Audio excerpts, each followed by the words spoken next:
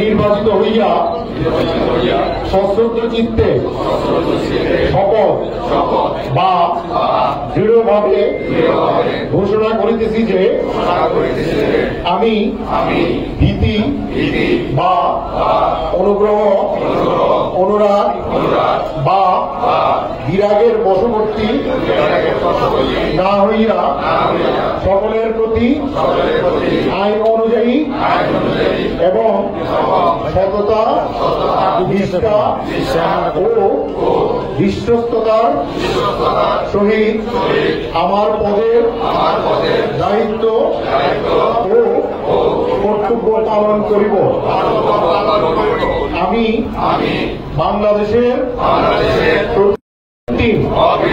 বিশ্বাস ও আনুগত্য পোষণ করিব। সবাইকে ধন্যবাদ।